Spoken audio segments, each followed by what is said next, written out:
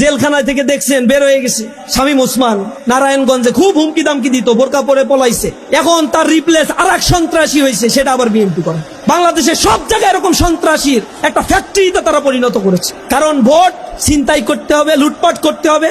একদিনে গণভোট হইলে, গণভোট যদি আগে হয় তাহলে সমস্যাটা কোথায়? সমস্যাটা হইলো যে আগে গণভোট হইলে অনেক কিছু চুরি করতে পারবে না, তাহলে জনগণ ফুঁসে উঠবে। এ কারণে যা হবার একদিনেই হবে, একদিনেই সব লুটপাট করে যা হয় ক্ষমতা দখল করবে। এই চিন্তায় গণভোট আর নির্বাচন একই দিনে হইতে হবে। তারা উপনির্বাচন, আপনারা দেখছেন ইউনিয়ন পরিষদের নির্বাচনের কথা বলছে, না না এটা লাগবে না, উপজেলা নির্বাচন তাও লাগবে না, শুধু লাগবে ক্ষমতায় যাওয়ার জন্য যে নির্বাচন, ওইটাই লাগবে তাদের। জনগণের ম্যান্ডেট কি আসলেই তারা পছন্দ করে? আমরা নিজস্ব কোন এজেন্ডা বাস্তবায়নের জন্য, ব্যক্তির খায়েশ পূরণের জন্য আমরা কোন দলের জন্য আমরা ভোট চাই না। আমরা আমাদের দেশকে ভালোবাসি। আমরা আগামীর দেশ নিয়ে স্বপ্ন দেখি। এই দেশ হবে আত্মমর্যাদা সম্পূর্ণ একটি সমৃদ্ধশালী বাংলাদেশ।